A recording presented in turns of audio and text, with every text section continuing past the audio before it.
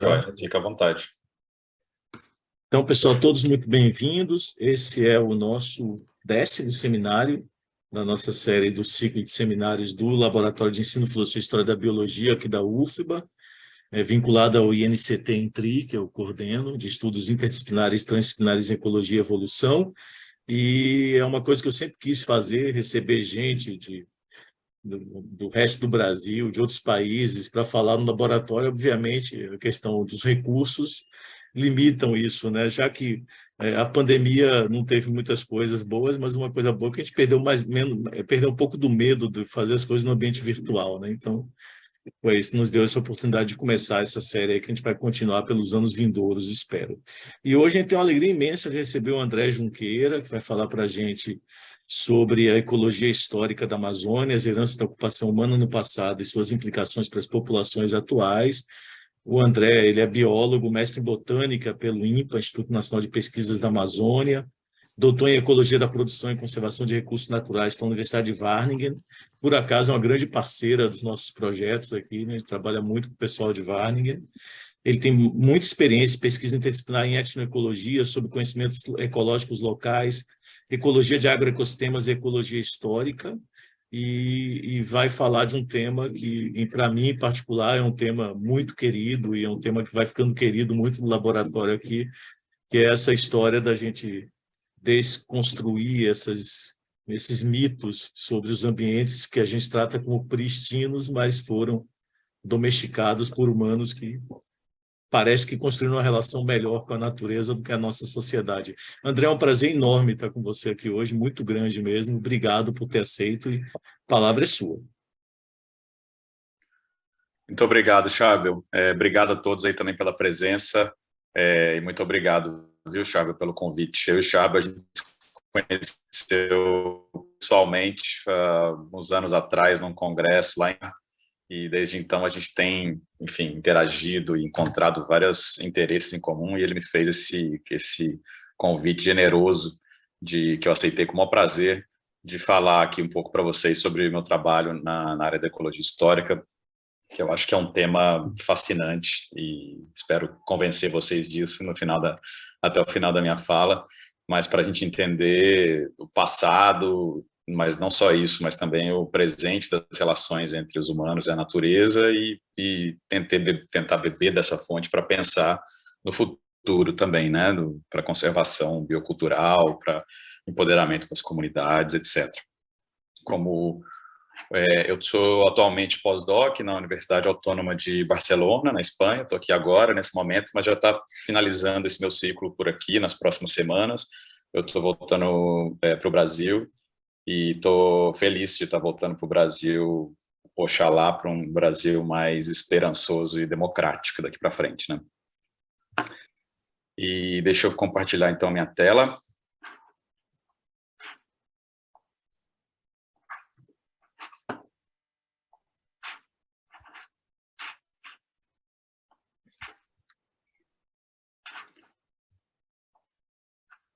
Vocês estão vendo aqui direitinho?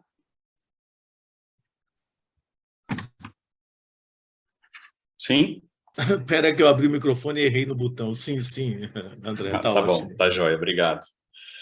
E, bom, então, como o Charbel mencionou, eu vou falar sobre o título da minha fala hoje, a Ecologia Histórica da Amazônia, né, as heranças da ocupação humana no passado e as suas implicações para as populações atuais, né? Eu queria primeiro reconhecer que isso é um trabalho não só meu, mas de uma série de outros amigos, colaboradores e principalmente das próprias comunidades com quem a gente tem trabalhado ao longo desses últimos anos, né? Então, acho que muitas dessas ideias que eu vou apresentar aqui não são minhas, mas são também emprestadas de outros mestres que eu tenho dentro e fora da ciência, ou da ciência ocidental, né?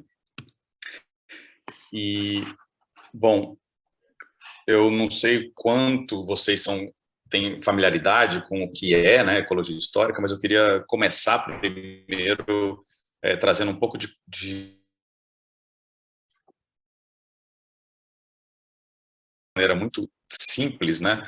A ecologia histórica é esse estudo das relações entre humanos e a natureza a partir de uma perspectiva diacrônica, né? Ou seja, ela tem explicitamente uma perspectiva temporal, né? Da gente olhar para o passado, para essas relações ao longo do tempo, né? Com o objetivo de entender essas interações ao longo do tempo e quais são as consequências dela para as paisagens atuais e para as culturas atuais, e também, como eu mencionei antes, com o objetivo de tentar entender o que isso pode nos indicar de caminhos futuros, né, em busca de sustentabilidade, em busca de sistemas produtivos mais resilientes, em busca da conservação biocultural e quaisquer que sejam os nossos objetivos, né?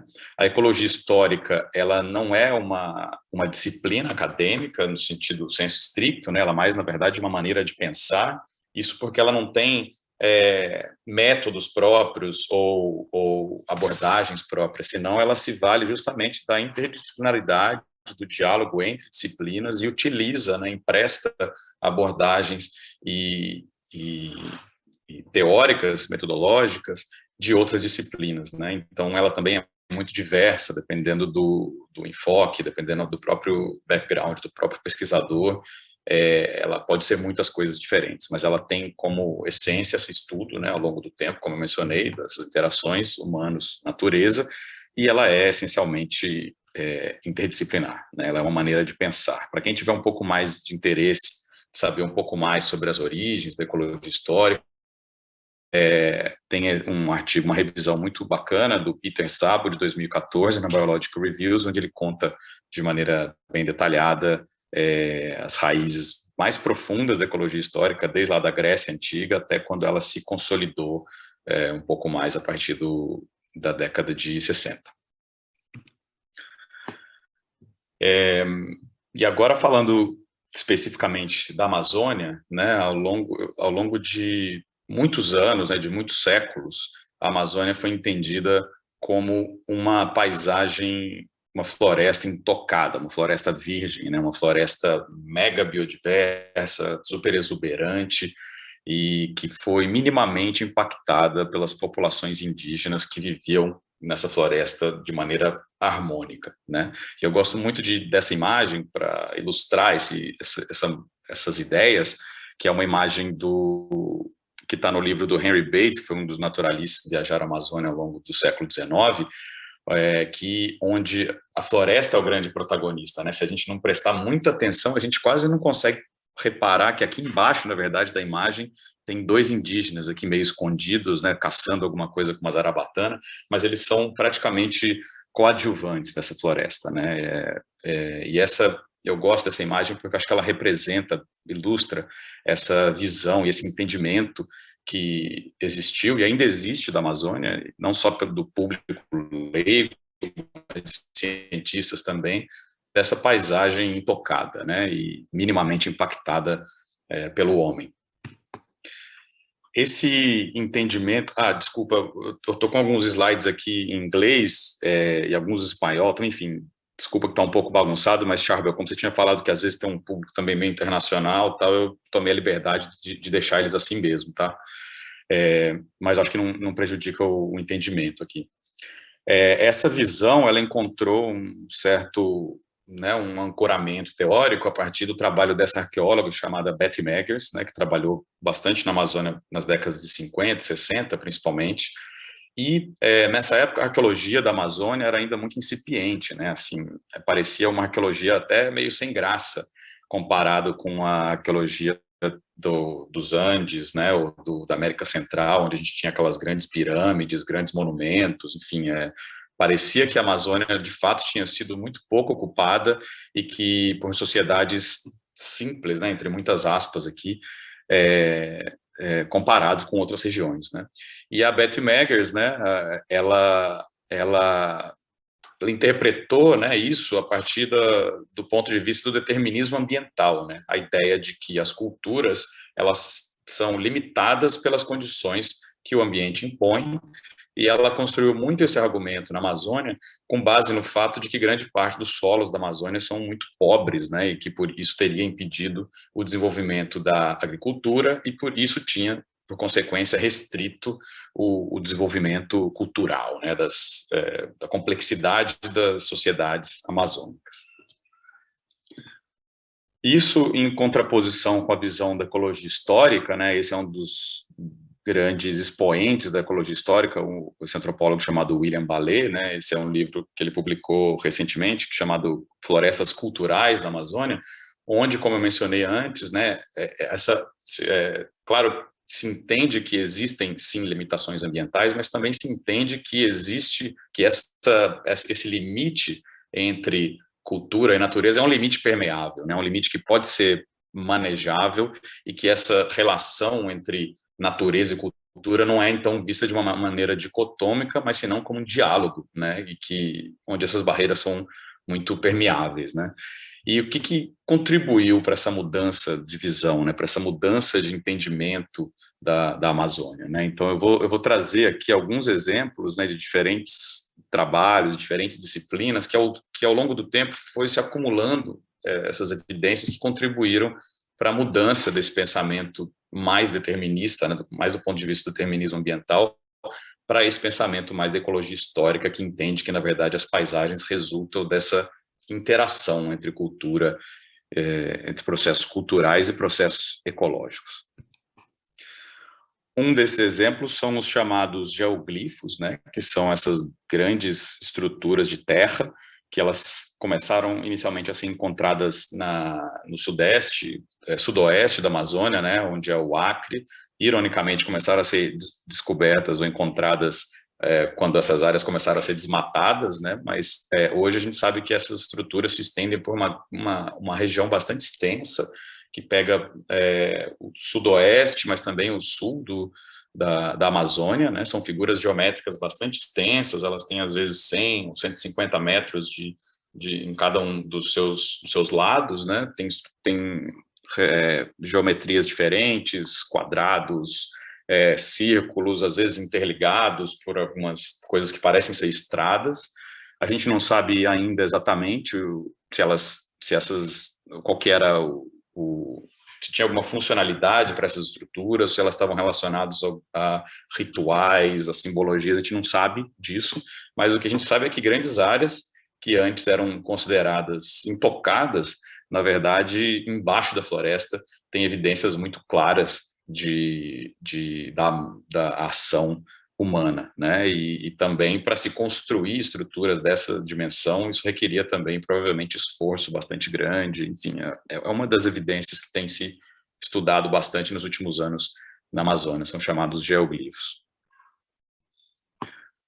Existem também essas estruturas que são os campos elevados, né? Esses sim ocorrem em diferentes lugares da Amazônia, geralmente na transição já de ambientes mais florestais para ambientes mais abertos, né? Em geral em áreas alagadas. São basicamente montículos de terra, né? Que são construídos para fins de cultivo de plantas, mas no caso de alguns deles, como esse aqui do Llano de Morros, lá da Bolívia, eles também estavam associados a canais para manejo de recursos aquáticos, né, de peixes. E esses campos elevados têm sido encontrados também em diversos locais, mas as áreas onde eles ocorrem em maior extensão são no sudoeste amazônico, né, nessa região do Llano de Morros, na Bolívia, e na costa, né, na costa do Amapá, na costa das Guianas, onde diversos arqueólogos têm extensivamente mapeado e estudado essas estruturas e que ocorrem em áreas bastante extensas. Uma outra evidência também que os arqueólogos utilizam bastante, assim, é a complexidade das cerâmicas, né? Então, não só de cerâmica, mas também de pinturas rupestres, de arte rupestre, petroglifos, etc. Né? Então, a ideia é que para se ou seja, essas cerâmicas obviamente não eram simplesmente utilitaristas, né? Existiam camadas de significado, de simbologias que iam além do uso cotidiano desses objetos, e para se fazer cerâmicas tão elaboradas e tão refinadas, se necessitaria também de uma certa especialização, o que indica, de alguma maneira, uma certa complexificação também das culturas que aí estavam, né? Estou falando tudo numa abordagem muito simplista, espero que não tenha nenhum arqueólogo aqui me ouvindo, mas a ideia é que essas de que não eram, a gente não encontra simplesmente resquícios, artefatos, assim, a gente encontra, na verdade, objetos que sugerem culturas muito elaboradas do ponto de vista artístico e das suas expressões artísticas e culturais, né? A gente tem também o Stonehenge brasileiro, né, que foi encontrado também, né, no noroeste da Amazônia, né, são essas estruturas megalíticas, são círculos de pedra, que também a gente não sabe exatamente, tinha alguma função, alguma coisa específica, aparentemente eles estão relacionados com observações astronômicas, né, então algumas da parte dessas estruturas que ainda permanecem estão alinhados com certos pontos cardeais ou certas posições solares em momentos de solstício ou de equinócio, enfim, mas que também são indicativos, né, são da complexidade das culturas que habitaram a Amazônia no passado. Em alguns locais, como aqui no Alto Xingu, né, esse aqui é um trabalho que foi bastante emblemático nesse sentido, do Michael Heckenberger, em 2009, porque ele saiu na Science, ele teve bastante repercussão, mas onde também foram encontrados, né, de maneira análoga às comunidades atuais, lá dos Guicuru, uma rede bastante extensa de aldeias interligadas por estradas, assim, em linha reta, às vezes de vários quilômetros de extensão, né? Então, até tem alguns arqueólogos que falam até de um certo grau de urbanismo, né, dessas aldeias no passado, né? Então, não só as aldeias em si, conectadas por essas estradas, mas toda a paisagem no entorno contém evidências profundas de manipulação da paisagem, de transformação pelas populações que tiveram aí no passado, né? Então, esse foi um trabalho bastante importante, que chamou bastante atenção para começar a desconstruir a ideia de que a Amazônia era ou é uma paisagem, uma floresta pristina, né, ou intocada. Hoje a Amazônia também está no mapa global dos centros de domesticação de plantas, né? Então, a gente tem mais ou menos 150 espécies de plantas que foram domesticadas na Amazônia, e plantas como, por exemplo, uma espécie de tabaco, a coca, a mandioca, o cacau, a batata doce, enfim, a gente ainda está estudando o processo de domesticação de várias dessas espécies, mas já se sabe que a Amazônia foi um lugar onde as populações humanas domesticaram diversas plantas, né, e muitas delas árvores, né? Então, dessas 150 espécies domesticadas da Amazônia, 85 delas são árvores, né? Para se domesticar uma árvore tende a ser mais difícil do que domesticar plantas anuais, por causa do próprio ciclo de vida, etc. Mas, enfim, isso também é interpretado como uma evidência de um grau bastante sofisticado, intenso de uso e manejo de recursos, né? E, finalmente, né, e essa é uma das evidências que eu vou falar de maneira mais aprofundada, porque é o tema que foi da minha pesquisa de mestrado, do meu doutorado, que eu também continuo trabalhando, estudando, que são os solos antropogênicos da Amazônia, antropogênicos ou antrópicos, né, que são chamados de terra preta ou terra preta de índio. Esses são, como o próprio nome sugere, né, solos criados pela atividade humana no passado, são solos feitos pelos humanos através da deposição concentrada de matéria orgânica, principalmente de matéria orgânica carbonizada, né? E é por isso que eles têm essa coloração, em geral, mais escura do que os solos do entorno, né? Eles foram criados entre 500 e 2500, tem alguns até um pouco mais velhos, mas a maioria deles entre 500 e 2500 anos atrás. Também não se sabe exatamente a maneira como eles foram criados, há também um debate bastante intenso sobre a intencionalidade da criação desses solos, a utilização da terra preta até como inspiração para a gente replicar esse tipo de processo em outros locais, mas o fato é que eles estão amplamente distribuídos na Amazônia, eles são claramente um produto muito associados com artefatos culturais, como cerâmicas e artefatos líticos, e eles também fizeram parte, né, dessa mudança, contribuíram de maneira significativa para essa mudança do entendimento, né, que a gente tem hoje sobre a Amazônia. Então, quando a gente começa, né, a juntar essas evidências, a gente começa a ver que, bom, na verdade, grandes grande parte da Amazônia, na verdade, contém evidências bastante significativas da presença e da ação humana no passado, e que, né, ainda, embora ainda haja muito debate sobre a extensão do impacto das populações humanas, se existem áreas que de fato nunca foram muito transformadas, não, embora ainda seja um debate bastante atual, essa é uma visão bastante já diferente da que a gente tinha há 30, 40 anos atrás, né, daquela floresta minimamente impactada. Hoje a gente sabe que muitas áreas foram densamente ocupadas por sociedades relativamente complexas, ou bastante complexas, e que tiveram impactos significativos nas plantas, nos solos, na paisagem, até no relevo, né, da Amazônia. Esse é o mapa mais atual que a gente tem hoje da distribuição de sítios arqueológicos e das áreas de terra preta na Amazônia, né? Então, esse é um mapa que a gente publicou no Science Panel for Amazônia, que foi um esforço coletivo de centenas de pesquisadores para resumir o estado da arte sobre o conhecimento científico sobre a Amazônia, e a gente colaborou com esse capítulo, né, a arqueologia da Amazônia e a da Amazônia, e a gente compilou esses dados, né? Então, os pontinhos pretos aqui são os pretos e os laranjas, né? Todos eles, na verdade, todos os pontos dessa figura são sítios arqueológicos que a gente conhece mapeados na Amazônia. Atualmente são, se eu não me engano, por volta de 12 mil, e os que estão aqui em laranja são os sítios arqueológicos que estão associados com as áreas de terra preta, né? Embora seja o nosso, vamos dizer, o melhor mapa que a gente tem hoje sobre a ocorrência de sítios arqueológicos, ele ainda vocês podem ver claramente que tem vieses espaciais, né, bastante fortes, como os sítios tendem a estar muito concentrados ao longo dos rios, com algumas poucas exceções, como, por exemplo, essa linha aqui, na verdade, é uma parte da Transamazônica, né, então tem uma questão de amostragem mesmo, né, desses sítios arqueológicos. Muito disso a gente não sabe se é porque, de fato, as populações estavam concentradas ao longo dos grandes rios, ou se porque a pesquisa arqueológica, não só arqueológica, mas nosso conhecimento científico, no geral, também é muito enviesado para as áreas mais acessíveis, né. De qualquer maneira,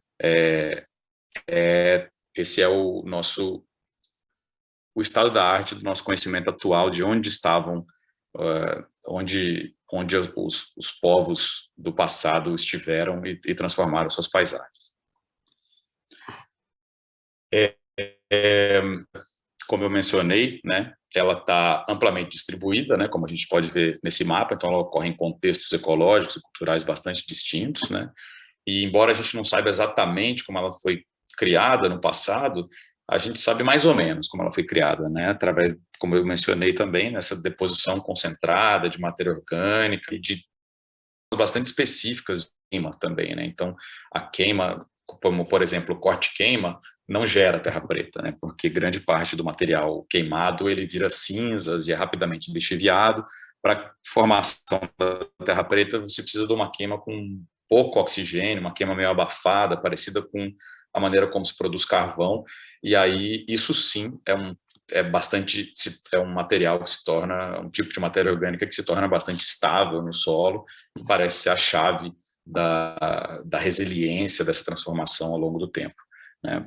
Existem análogos contemporâneos, né, desse processo, essas imagens, exceto aquela do canto superior direito aqui, mas essas imagens aqui de baixo são lá do território dos Cuicuro, no Alto Xingu, onde esse arqueólogo Morgan Schmidt trabalhou bastante com a criação atual de terra preta pelos Cuicuro, né? Então eles depositam os resíduos, né, atrás das casas, né? Então nunca para frente, assim, onde tem essa praça central das aldeias, mas sempre na parte né, atrás de onde estão as malocas, e isso ao longo do tempo vai gerando uma mudança visível no solo, né, que pode também ser detectada pelas análises químicas, etc. Então isso é um análogo contemporâneo da criação de terra preta. Mas é importante enfatizar que o corte-queima, que é praticado hoje por grande parte das populações amazônicas, que envolve essa abertura temporária, bom, vocês conhecem, né, o corte-queima, essa combustão a céu aberto, relativamente um pouco controle, ela não gera modificações tão permanentes assim no solo. No caso dos Cuicuro, né, existe uma certa continuidade, né, das terras pretas do passado com as terras pretas atuais que estão sendo formadas, né, mas em muitos casos houve uma certa ruptura, né, nessa história. Isso porque grande parte das populações amazônicas foram dizimadas nos primeiros 200 anos depois da chegada dos europeus, e então muitas dessas áreas foram abandonadas. Porém, elas foram reocupadas no futuro, ou seja, não no futuro, mas em tempos mais recentes, né? Então, essa cena, né, que está representada nessa foto é uma cena muito comum de você ver na Amazônia Central, né? É um sítio arqueológico onde a gente tem fragmentos de cerâmica assim saindo para fora da superfície, você chuta esses fragmentos assim caminhando pela comunidade, onde tem uma comunidade em cima, né? Então, existiu também um processo de reocupação desses sítios arqueológicos, e essas comunidades interagem de maneira cotidiana com essas áreas, têm seus próprios entendimentos, suas próprias práticas associadas a essas áreas, né? E foi esse o tema que eu me debrucei na minha tese de doutorado, né? Que eu vou trazer alguns exemplos aqui para vocês. E essa reocupação, né, ela ocorre por diferentes motivos, mas basicamente porque os critérios utilizados no passado para selecionar locais para morar são basicamente os mesmos utilizados pelas populações mais recentes, que são áreas na paisagem que são mais estratégicas do ponto de vista de acesso à água, ou acesso a outros recursos.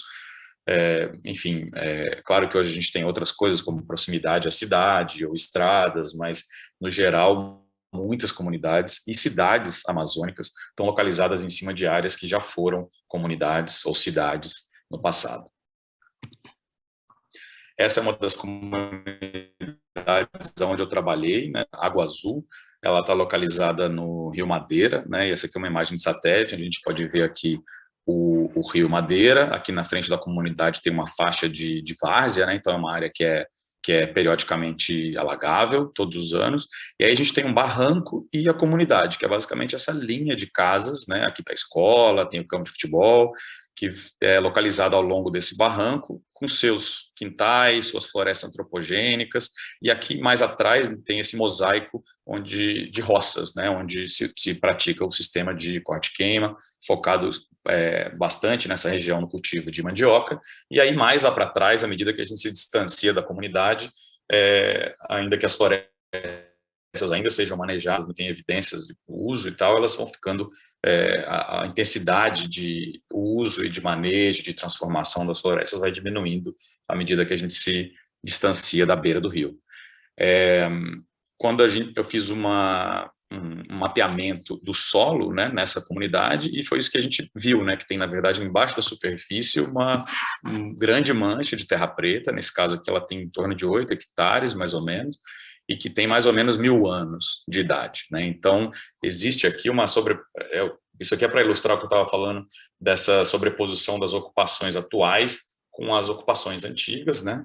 E essas heranças do passado, né, ou essa herança específica, que é essa terra preta, hoje ela é incorporada, né, nos sistemas de uso e manejo de recursos das comunidades, né? E é sobre isso que eu vou falar um pouco mais em detalhe, sobre como que as comunidades atuais entendem e incorporam essas heranças nos seus conhecimentos e práticas, né? E quais são as consequências disso, por exemplo, para padrões de agrobiodiversidade.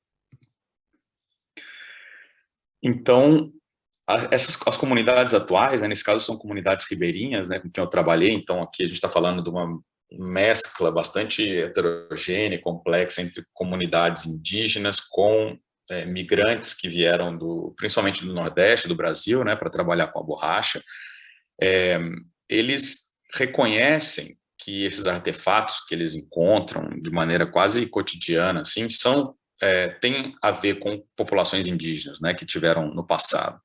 Mas, na verdade, a maioria deles, e aqui eu estou falando especificamente dos ribeirinhos, né, não é esse o caso para outras comunidades, não atribui a mudança mesmo do solo à atividade humana, né? Então, a interpretação mais comum, eu estou falando aqui de um pouco mais de 80% das pessoas com quem eu entrevistei, a interpretação é de que essas eram áreas naturalmente férteis, e que isso foi um elemento que atraiu populações indígenas para ocuparem essas áreas, e por isso se encontram esses artefatos líticos, machadinhas, cerâmicas, etc., né?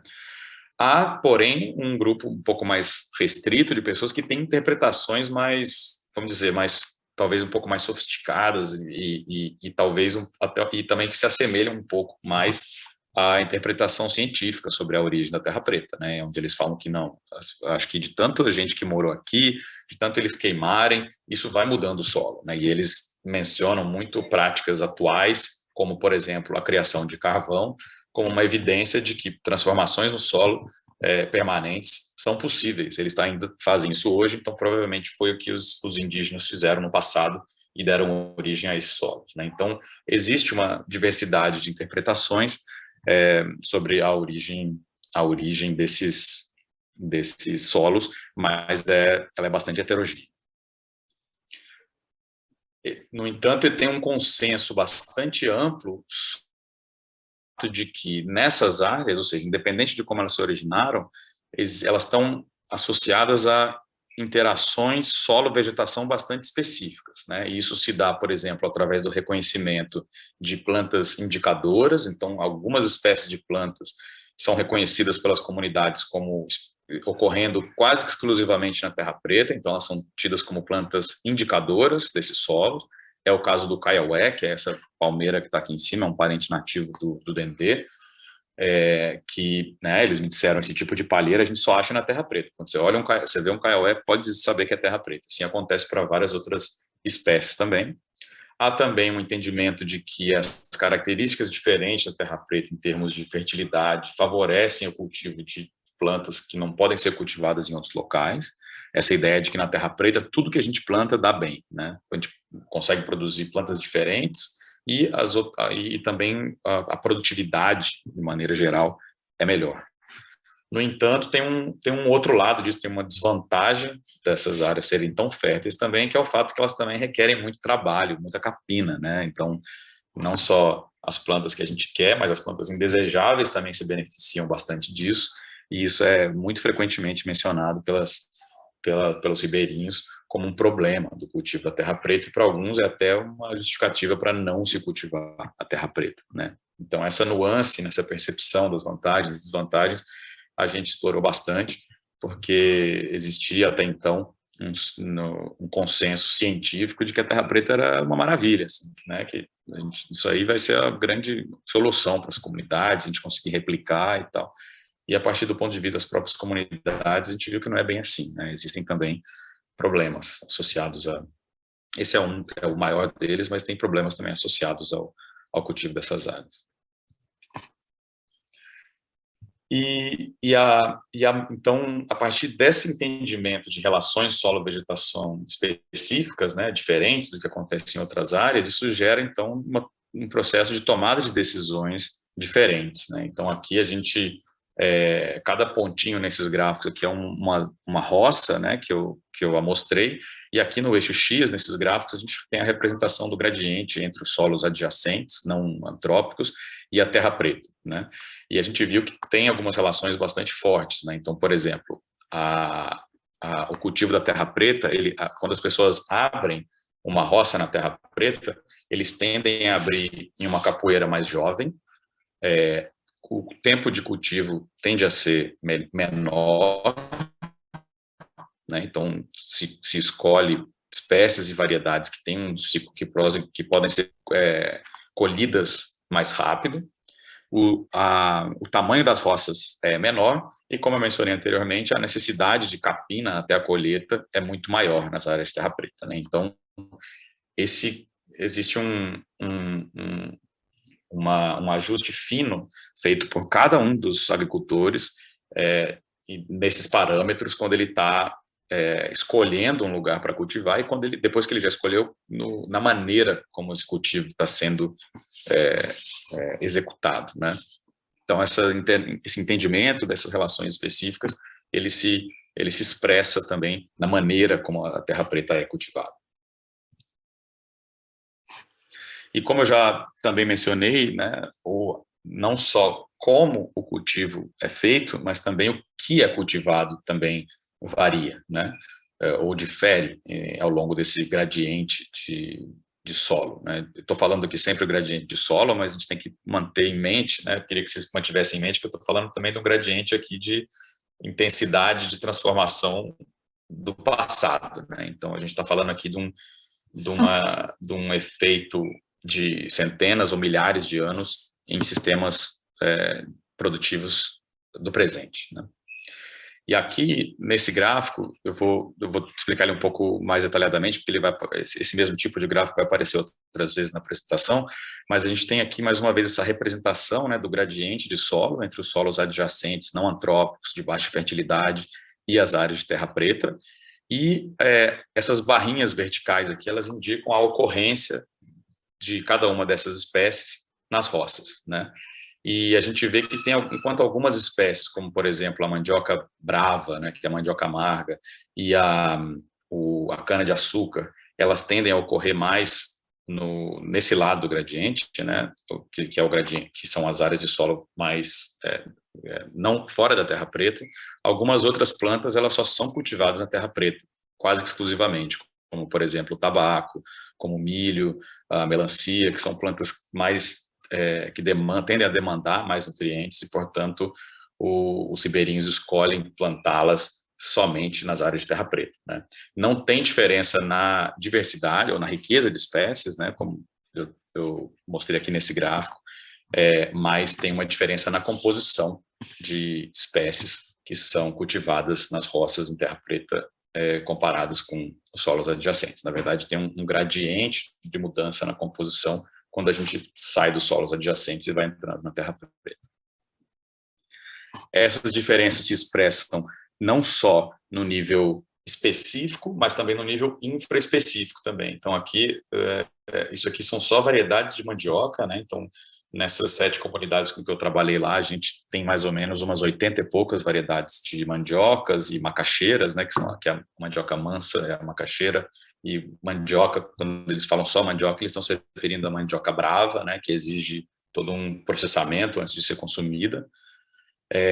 Então, esse efeito, né, esse gradiente, essa mudança na composição de variedades ao longo desse gradiente de solo, ela é muito clara, né? Então, aqui, mais uma vez, os ribeirinhos também estão escolhendo variedades específicas para serem plantadas na terra preta e outras variedades específicas para serem plantadas fora da terra preta, né? Elas têm características ecológicas distintas, essas variedades, né? Então as que são plantadas mais na terra preta tendem a ser mais as macaxeiras, que tendem a ser também as que podem ser produzidas mais rapidamente, né? Então com 5, 6 meses você já consegue colher essas variedades que são cultivadas na terra preta, de acordo com os ribeirinhos, como uma estratégia também de evitar essa alta necessidade de capina associada ao cultivo de terra preta, né? Então, o que é cultivado varia ao longo desse gradiente de solo, não só no nível específico, mas também no nível infraespecífico, né? No caso aqui, as variedades de mandioca. Essas aqui são umas nuvens de palavras que a gente fez, onde o tamanho do nome aqui é proporcional à frequência com que ela foi mencionada em cada um dos tipos de solo. Esse efeito, né, desse gradiente na composição, ele acontece não só nas roças, mas também em sistemas agroflorestais, né? Esse aqui foi um trabalho de uma aluna, Natália Souza, que mostrou como que a composição de espécies cultivadas em quintais agroflorestais também muda ao longo desse gradiente, né? Então, nas áreas de terra preta você tem espécies diferentes sendo cultivadas e, em geral, também você tende a ter mais espécies exóticas, né, de fora da Amazônia, sendo cultivadas nessas áreas de terra preta, mais férteis, né? Isso é interessante porque existe a ideia de que, por elas serem diferentes e um pouco mais férteis, as áreas de terra preta podem ter funcionado no passado como laboratórios de experimentação, né, para a introdução de novas espécies e, quem sabe, até favorecido o processo de domesticação de algumas espécies, né? A gente não sabe como isso aconteceu de fato no passado, mas existe um análogo a isso no presente, que é o fato de que espécies exóticas, espécies novas, tem algumas espécies que são introduzidas mais recentemente, elas tendem a ser mais cultivadas, né, em quintais agroflorestais nas áreas de terra preta, né. Quando origem a florestas secundárias, né? E esse efeito permanece nas florestas secundárias, né? Então, esse aqui foi um trabalho que eu fiz no mestrado, já há bastante tempo atrás, onde eu fiz inventários nas florestas secundárias e ao longo desse gradiente, e eu mostrei que as espécies também existe uma clara mudança na composição de espécies ao longo desse gradiente. Em geral, as áreas de terra preta tendem a concentrar um maior número de espécies domesticadas e espécies úteis, né? E isso resulta numa percepção local dos ribeirinhos de que as capoeiras sobre terra preta tendem a ser mais úteis, né? Elas são mais visitadas para a obtenção desses produtos, madeireiros ou não madeireiros, enfim. Esse efeito que a gente vê nas plantas anuais ou nos quintais, ele também ocorre em ambientes que são menos manejados, como é o caso de florestas secundárias, né?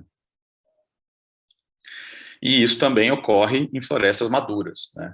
Então, mais uma vez, a gente tem também aqui uma mudança de composição de espécies, né, ao longo desse gradiente, né? São diferentes árvores que ocorrem aqui, a gente está falando de árvores e palmeiras, mas que ocorrem ao longo desse gradiente. E, em geral, as florestas maduras em cima de terra preta, elas tendem a ter uma maior riqueza de espécies domesticadas do que as áreas fora da terra preta, né? Então, aqui, isso aqui a gente está falando de áreas que a gente não tem nenhuma evidência de manejo recente nos últimos 200, 300 anos, né? Foi um pouco difícil encontrar essas áreas, mas a gente encontrou áreas onde a gente não tem, aparentemente, nenhum manejo intensivo ao longo dos últimos 200, 300 anos. Então, o que a gente está olhando aqui, provavelmente, é um efeito pré-colombiano mesmo na composição de espécies que está sendo mantido hoje, né?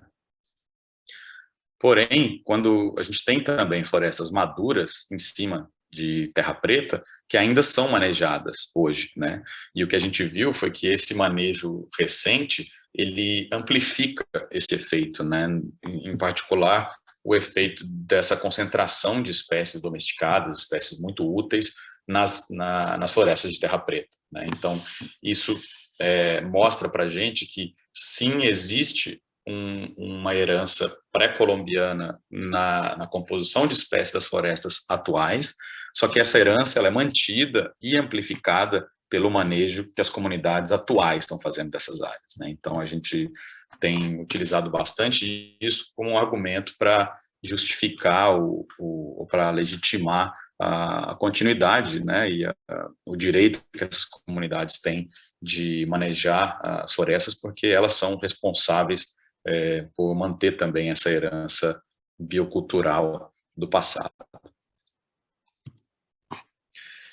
E até então eu estou falando aqui de processo que a gente investigou em escala bastante local, mas alguns anos atrás também a gente fez um estudo, esse foi um estudo liderado pela Carolina Leves, né, que é uma pesquisadora que atualmente está lá na Universidade Federal de Santa Catarina, onde a gente olhou para esses efeitos numa escala em larga escala, né? Então, será que isso que a gente está vendo aqui, ali na escala da comunidade, esse efeito do manejo, quando você está na terra preta tem espécies diferentes, mais espécies domesticadas, será que isso se mantém quando a gente olha para a escala da bacia amazônica como um todo, né? Então, para testar essa ideia, a gente combinou duas grandes bases de dados, né? Uma é a da ATDN, né? Que é uma rede de pesquisadores que fizeram, em algum momento, algum inventário florestal na Amazônia. Todos esses são plots de 1 hectare, né? Então, a gente tem informações sobre a composição de espécies, abundância, enfim, são inventários florestais, né? A gente tinha, nessa época, quase 1.100 plots, mais ou menos, e a gente combinou isso com a base de dados da distribuição de sítios arqueológicos, que eu já apresentei para vocês anteriormente. E hoje, naquela época, a gente tinha bem menos sítios do que a gente tem hoje, mas, enfim, a ideia foi ver o quanto que... a pergunta que a gente tinha, essencialmente, era: será que as florestas que estão mais próximas desses sítios arqueológicos, elas contêm mais espécies domesticadas do que as que estão mais longe, né? Então, o que a gente queria testar aqui era se existe nessa escala da bacia da bacia amazônica como um todo um efeito dos sítios arqueológicos, como a gente demonstrou numa escala local. Claro que para isso a gente teve que também levar em consideração diversas outras variáveis que a gente sabe que são importantes variáveis para explicar e que explicam a distribuição de espécies e composição de espécies na Amazônia, né? Como, por exemplo, capacidade de troca catiônica do solo, sazonalidade, enfim, diversas variáveis ambientais e de solo que a gente sabe que são importantes, né, com base em outros estudos, mas a gente levou elas em consideração para tentar, de alguma maneira, isolar o efeito humano dos efeitos ambientais. A gente sabe que eles não são isoláveis, mas para a gente tentar levar eles em consideração. E o que a gente encontrou foi que, de fato, muitas florestas na Amazônia, elas têm uma concentração muito elevada dessas espécies domesticadas, né? E por que a gente fala tanto de espécies domesticadas, né? Porque elas são espécies que claramente foram, né, onde houve uma interação humana muito mais profunda, né? Então elas são, de alguma maneira, um proxy para a intensidade da atividade humana, né, no passado. Então, bom, muitas áreas da Amazônia contêm uma densidade e abundância e riqueza muito elevada dessas espécies domesticadas, mas isso é altamente heterogêneo ao longo da bacia, né? Isso que a gente pode ver nesses gráficos aqui, né? No caso da abundância relativa, ela tende a ser bastante alta no sudoeste amazônico, e no caso da riqueza, sudoeste e leste da Amazônia, né? E que, como a gente previa, né? Como era a nossa hipótese, isso está relacionado com a distância de sítios arqueológicos, né? Então, aqui embaixo a gente tem um grupo, a distância para os sítios arqueológicos, quanto mais distante dos sítios arqueológicos, menor a abundância relativa de espécies domesticadas e menor a riqueza relativa de espécies domesticadas. Esse é um efeito significativo quando a gente olha para a Amazônia como um todo, mas quando a gente compartimentaliza um pouco, né, e a gente olha para regiões separadas, esse é um efeito bastante mais intenso, justamente no sudoeste da Amazônia e no leste da Amazônia, né? É importante a gente mencionar aqui também que existem uma série de outros efeitos significativos aqui também, né, como a gente também esperava, ou seja, isso aqui é uma análise bem da ecologia histórica mesmo, né, de entender a paisagem como resultado de processos culturais e ecológicos, e nesse caso há também um efeito claro de várias variáveis ambientais, que eu não vou entrar em detalhe aqui, mas levando essas variáveis em consideração, a gente também consegue isolar um efeito da atividade humana, ou seja, isso que a gente demonstrou numa escala local, dos humanos transformando as florestas, levando mudanças na composição, em particular, aumentando a densidade e riqueza de espécies domesticadas. Isso ocorre não só numa escala local, mas também ocorre na escala da bacia amazônica como um todo. Então, para concluir aqui, né, para a gente abrir um pouco para a discussão, as paisagens amazônicas atuais, né, e a gente está falando em múltiplas escalas, elas resultam, então, desse processo, dessa interação histórica entre processos culturais e ecológicos, né? E embora muitos, vamos dizer, ecólogos mais hardcore ficam um pouco de orelha em pé com essa ideia de que, nossa, então, será que isso não pode legitimar talvez o desmatamento, né? Mas, ou seja, se a gente diz que muita da Amazônia já foi transformada, será que isso não pode legitimar também um discurso de que, então a floresta é muito resiliente, a gente pode transformar ela de qualquer jeito? Na verdade, a gente utiliza um argumento diferente, que a Amazônia, na verdade, ela merece ser conservada não só pela sua importância ecológica, mas também pela sua importância cultural, né? Então, ela é também ela tem uma história cultural muito profunda que também merece atenção e merece ser conservada, né? Então, a gente vê isso não como um argumento contra conservação, mas, pelo contrário, um argumento adicional para promover a conservação não só biológica, mas a conservação biocultural, né? Esses efeitos das ocupações humanas e presença humana no passado, eles podem ser detectáveis em diferentes elementos da paisagem, né? Então a gente vê isso nos solos, nas florestas, nos sistemas de cultivo e também no conhecimento local atual, né? Então o conhecimento e as práticas atuais das comunidades atuais têm também uma raiz nesses processos históricos mais antigos, né? Então essa herança do passado, ela é também um importante elemento em como as comunidades atuais entendem, usam e manejam as paisagens, né? E essas heranças do passado, né, elas são utilizadas, mantidas e amplificadas pelo manejo atual, né? Então, as comunidades atuais, elas não só tiveram, as comunidades humanas, de maneira geral, tiveram um papel muito grande na transformação e na formação da Amazônia, como a gente entende hoje, mas elas também têm um papel fundamental em manter essas heranças criadas no passado, né? Então, a gente também tem, como eu mencionei, a gente tem isso, para a gente, é um argumento bastante forte em favor das comunidades, da conservação de base comunitária, enfim, a gente acha que esse é um argumento potente para o empoderamento das comunidades e para garantir seus direitos e seu futuro, né? E eu vou ficar por aqui. Obrigado a todo mundo pela atenção e estou ansioso para a gente discutir. Muito obrigado.